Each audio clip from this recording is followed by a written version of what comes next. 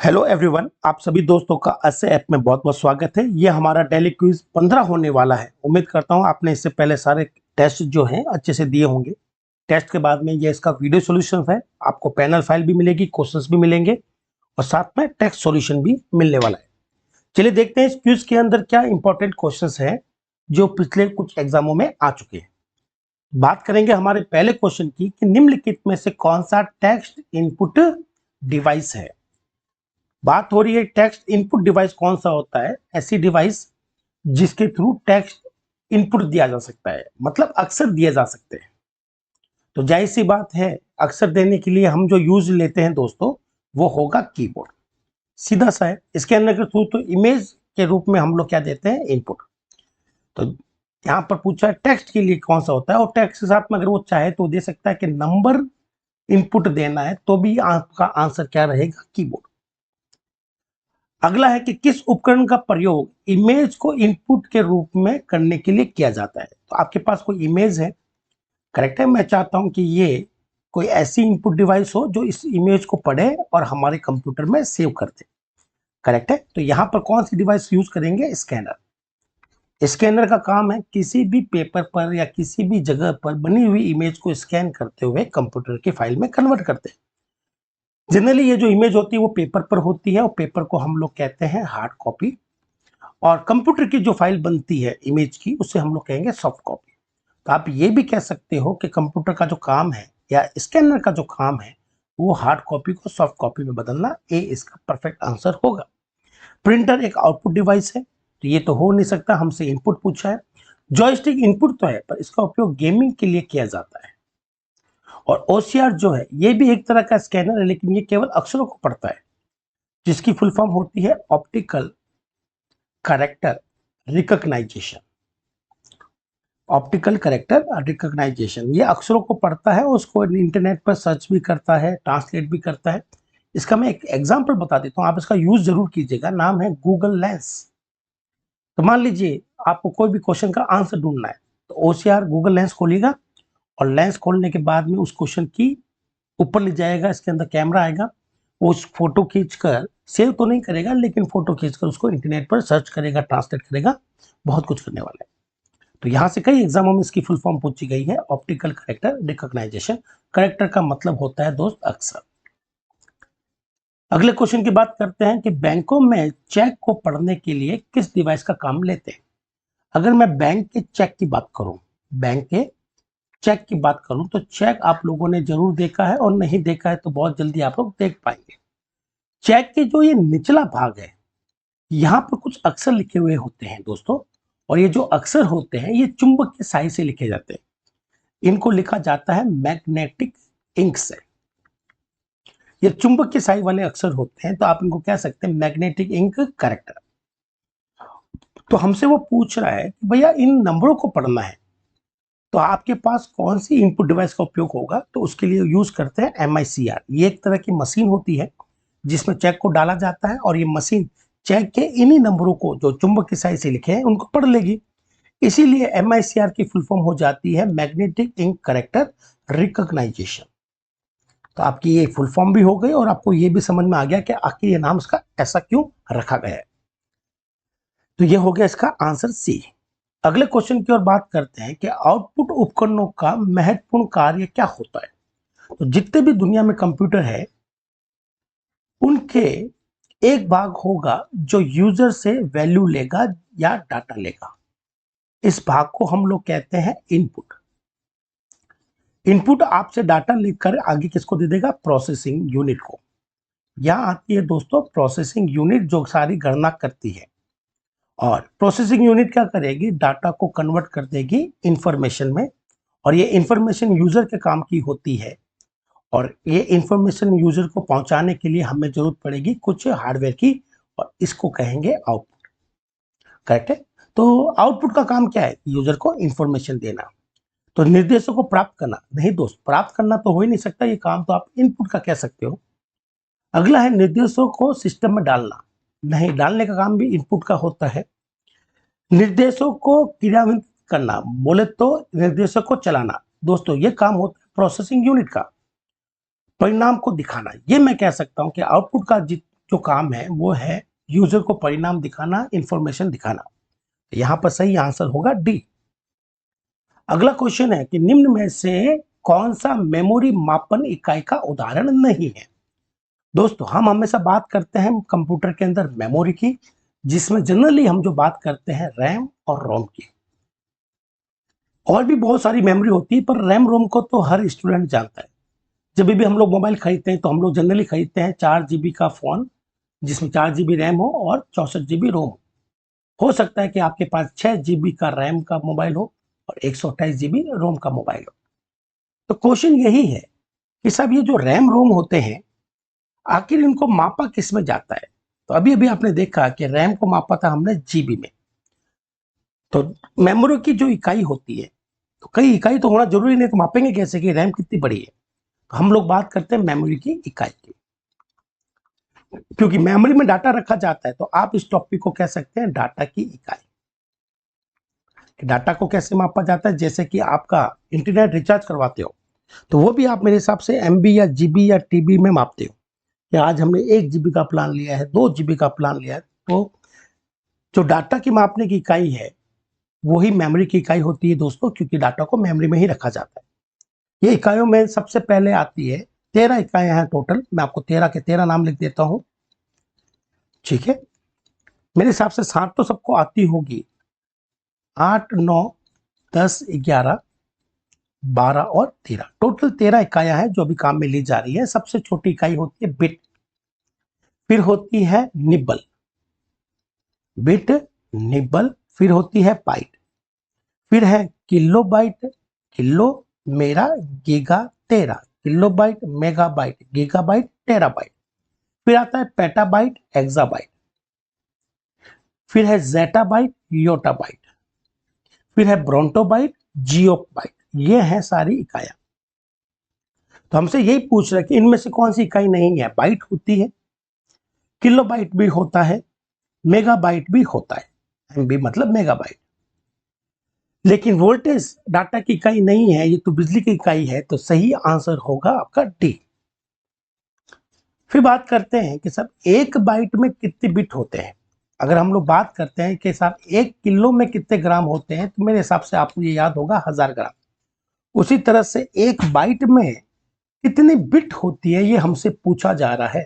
तो 1 बाइट में दोस्तों 8 बिट होती है, या 8 बिट के समूह को 1 बाइट कहा जाता है। तो आंसर होगा सी। आंसर क्या हो जाएगा? सी। अगला है डिजिटल कंप्यूटर किस नंबर सिस्टम पर काम करते हैं। अब जाहिर सी बात है, डिजिटल कंप्यूटर वो होते हैं जो डिजिट पर काम करते हैं, उनको क्या कहते हैं? डिजिटल कंप्यूटर कहते हैं। और यहां पर केवल 2 ही डिजिट होती है, 0 और 1। क्योंकि 0 1 को हम लोग कह सकते हैं कि सब 2 डिजिट है, 2 संख्याएं हैं, या आप कह सकते हो 2 को लैटिन में कहते हैं बाइनरी। तो आप कह सकते हो कि साहब यहाँ पर 2 संख्या है बाइनरी डिजिट से। तो डिजिटल कंप्यूटर काम करता है बाइनरी डिजिट पर। तो आंसर क्या हो जाएगा? B, binary. और बाइनरी का मतलब होता है 2। हिंदी में 2 कहते हैं, इंग्लिश में 2 कहते हैं, और लैटिन में इसको बाइनरी कहते हैं। तो आंसर यहाँ पर बी सही होगा। बात करते हैं कि कंप्यूटर की मेमोरी की गति का तेज से धीरे का क्रम बताइए। तो दोस्तों हमारे कंप्यूटर में सारे काम करने वाला सीपीयू है। जिस तरह से पूरी दुनिया महादेव चलाते हैं, उसी तरह से पूरा कंप्यूटर कौन चलाता है? सीपीयू। और सीपीयू को काम करने के लिए डेटा तो चाहिए, और डेटा उसको कहां से मिलता है? मेमोरी में। और हमारे कंप्यूटर में बहुत सारी मेमोरी होती है। तो मैं एक डायग्राम बना देता हूं, आपको यहाँ पर बहुत सारी मेमोरी दिखेगी। तो ये है हमारे कंप्यूटर के महादेव, और जहां ये विराजते हैं वो कैलाश पर्वत हो गया। तो यहां से मैं आपको सारी मेमोरी के बारे में बता देता हूं। सीपीयू के सबसे पहले पास में होती है रजिस्टर, फिर आती है कैश, फिर आती है प्राइमरी मेमोरी। पीएम का मतलब होगा प्राइमरी मेमोरी, मुख्य मेमोरी, प्राइमरी मेमोरी। और प्राइमरी मेमोरी कंप्यूटर में 2 होती है, एक का नाम रैम है और एक का नाम रोम है। फिर लास्ट में आती है सेकेंडरी मेमोरी, एसएम। इसको हम लोग कहते हैं सेकेंडरी मेमोरी, या आप लोग कह सकते हो स्टोरेज। इसको स्टोरेज भी कहा जाता है, जिसमें उदाहरण आ जाएगा हार्ड डिस्क का, सीडी का, डीवीडी का, पेन ड्राइव का, इत्यादि का। ये सभी स्टोरेज कहलाती है या सेकेंडरी मेमोरी कहलाती है। अब थोड़ा सा नोट कीजिएगा, जो मेमोरी सीपीयू के जितने नजदीक है वो उतनी ही तेज होती है। तो ये सबसे फास्टेस्ट मेमोरी है कंप्यूटर की, रजिस्टर। जैसे जैसे सीपीयू से दूरी बढ़ेगी वो क्या हो जाएगी, स्लो। और इस डायग्राम को भी देखिए, रजिस्टर के लिए छोटा सा एरिया बनाया गया है, जबकि सेकेंडरी मेमोरी के लिए क्षेत्रफल काफी बड़ा बनाया मैंने, है ना।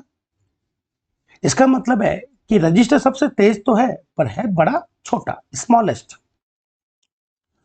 सेकेंडरी मेमोरी धीमे तो बहुत है, स्लो तो बहुत चलती है, लेकिन ये डाटा की मात्रा बड़ी स्टोर कर लेती है, तो ये सबसे लार्जेस्ट भी है। करेक्ट है। तो यही हमसे पूछ रहा है कि गति के आधार पर तेज से धीरे, तो सबसे तेज रजिस्टर है, तो सबसे पहले रजिस्टर को ढूंढ लो। तो सबसे पहले रजिस्टर, उसके बाद में कैश, उसके बाद में मेन मेमोरी। एक्चुअली में दोस्तों रैम को ही मेन मेमोरी कहते हैं, तो ये सही है, मेन मेमोरी। और लास्ट में हार्ड डिस्क, हार्ड डिस्क बोले तो सेकेंडरी मेमोरी, तो बी इसका परफेक्ट आंसर होगा। फिर बात करते हैं पेन ड्राइव का उपयोग किया जाता है। जाहिर सी बात है, पेन ड्राइव का उपयोग सब लोग जानते हैं, भंडारण के लिए होता है। तो यहां पर नई जानकारी क्या है जो आपको देनी है मुझे, आप बहुत कुछ जानते हैं पेन ड्राइव के बारे में, कि ये एक स्टोरेज डिवाइस है जिसका काम है डाटा को स्टोर करना। आप इसको ये कह सकते हैं कि ये एक प्रकार की क्या है, सेकेंडरी मेमोरी है, सेकेंडरी मेमोरी है। आप ये भी एक जानकारी दे देता हूं कि पेन ड्राइव को दोस्तों सेमीकंडक्टर से बनाया जाता है, इसी वजह से कई बार इसको हम लोग सेमीकंडक्टर मेमोरी भी कहते हैं। पेन ड्राइव का असल का नाम पेन ड्राइव नहीं है, क्योंकि पेन की जैसे जेब में डालकर कहीं भी ले जा सकते हैं, इसलिए इसको पेन ड्राइव कहते हैं। इसका असल का नाम जो है वो है USB flash drive, USB flash drive. क्योंकि ये यूएसबी पर जुड़ती है, यूएसबी खांचा है, क्योंकि ये यूएसबी पर जुड़ती है, इसलिए इसको आप यूएसबी फ्लैश ड्राइव कहते हो। तो मैं थोड़ा सा साफ साफ लिख देता हूं, यूएसबी फ्लैश ड्राइव। अब यूएसबी खांचा है जहां पर ये पेन ड्राइव लगाई जाती है, इसलिए इसको यूएसबी फ्लैश ड्राइव कहते हैं। यूएसबी की फुल फॉर्म भी एग्जामों में कई बार आती है, फुल फॉर्म है यूनिवर्सल सीरियल बस, यूनिवर्सल सीरियल बस। तो ये सारे आसपास के क्वेश्चन बनते हैं दोस्तों, ये आपको अपने दिमाग में रखने हैं। फिर बात करते हैं कि यूजर तथा कंप्यूटर हार्डवेयर के बीच मध्यस्थता का कार्य करता है। दोस्त बात करते हैं, यह है यूजर, कंप्यूटर चलाने वाला व्यक्ति, और यह है हमारे कंप्यूटर का हार्डवेयर। करेक्ट है। हार्डवेयर के अंदर मैं ले लेता हूं स्पीकर को, ये कंप्यूटर का हार्डवेयर स्पीकर है। अब आप चाहे कितना भी चिल्ला लो कि स्पीकर तू गाना बजा, कच्चा बादाम वाला गाना बजा, पुष्पा वाला गाना बजा, स्पीकर कभी भी गाना नहीं बजाएगा हमारे कहने से, क्योंकि कंप्यूटर का सीधा नियम है कि यूजर हार्डवेयर को नहीं चला सकता। हार्डवेयर को चलाने वाला जो होता है वो एक सॉफ्टवेयर है। तो यूजर को अगर हार्डवेयर चलाना भी है तो यूजर बात करेगा इससे, सॉफ्टवेयर से, और सॉफ्टवेयर चलाएगा किसको, हार्डवेयर को। तो यह कौन सा सॉफ्टवेयर है जिसके पास में हार्डवेयर चलाने की शक्ति है, इसे कहते हैं दोस्तों ऑपरेटिंग सिस्टम। ऑपरेटिंग सिस्टम एक ऐसा सॉफ्टवेयर है जिसका काम है हार्डवेयर चलाना। तो यूजर इसी से बात करता है और ये आगे हार्डवेयर चलाता है। तो मैं कह सकता हूं यूजर और हार्डवेयर के बीच में मध्यस्थता पर कौन काम करता है, ऑपरेटिंग सिस्टम। दुनिया में अलग अलग कंपनी ऑपरेटिंग सिस्टम बनाती है दोस्तों। आपके मोबाइल में ऑपरेटिंग सिस्टम जो है वो है एंड्रॉयड, जो गूगल की देन है। अगर आपके पास लैपटॉप है तो इसमें होता है विंडोज, ये भी एक ऑपरेटिंग सिस्टम है विंडोज, और ये बनाया है माइक्रोसॉफ्ट में। अगर आपके पास एप्पल का मोबाइल है तो उसमें आता है आईओएस, ये एप्पल कंपनी ने बनाया है। और अगर हमारे बीच कोई ऐसा व्यक्ति भी है जो ये वीडियो देख रहा है और जिसके पास एप्पल का लैपटॉप है, उसमें आता है मैकिंटॉश ओएस, ये भी एप्पल ने बनाया है। मैकिंटॉश जो है काफी बड़ा नाम है, शॉर्ट में इसको आप कह सकते हो मैक ओएस, मैक ओएस। और ये क्वेश्चन भी एग्जाम में बन गया कि मैक ओएस की फुल फॉर्म क्या होती है, मैकिंटॉश। तो आपको हार्डवेयर चलाने के लिए कोई ना कोई ऑपरेटिंग सिस्टम जरूर चाहिए, और आप किसी भी कंपनी का यूज कर सकते हैं, सामान्यतः आपने एंड्रॉइड यूज कर रहे हैं, तो आंसर यहां पर होगा सी। तो दोस्तों ये थे हमारे कुछ 10 इंपॉर्टेंट क्वेश्चंस जो कि इन दिनों बड़े कॉमन हो रहे हैं एग्जामों में, कुछ आसान भी थे कुछ टफ भी थे। चलिए, तो ये था हमारा क्वेश्चन नंबर क्विज नंबर 15। उम्मीद करता हूं कि आपने इससे पहले वाले भी क्विज दे रखे होंगे। और अगर आप लोग पटवारी की तैयारी कर रहे हैं दोस्तों, तो ऐप के अंदर टेस्ट सीरीज वाले टैब पर क्लिक करके वहां पर इंट्रोडक्शन ऑफ कंप्यूटर की टेस्ट सीरीज डाली जा रही है, वो कर लें।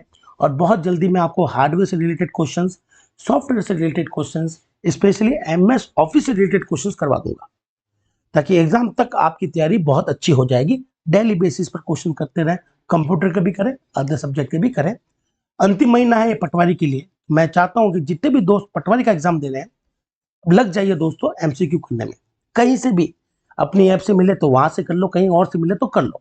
अभी आपका फोकस सिर्फ और सिर्फ क्वेश्चन करने पर होना चाहिए, ताकि क्वेश्चन की भाषा समझ में आ जाए, किस तरह से वो लोग घुमा रहे हैं ये समझ में आ जाए, और इंपॉर्टेंट क्वेश्चन पता चल जाए। चलिए, इसी उम्मीद के साथ में कि आपकी प्रिपरेशन अच्छी हो, इस वीडियो को हम लोग यहीं समाप्त करते हैं। जल्दी दोबारा मुलाकात होगी। जय हिंद।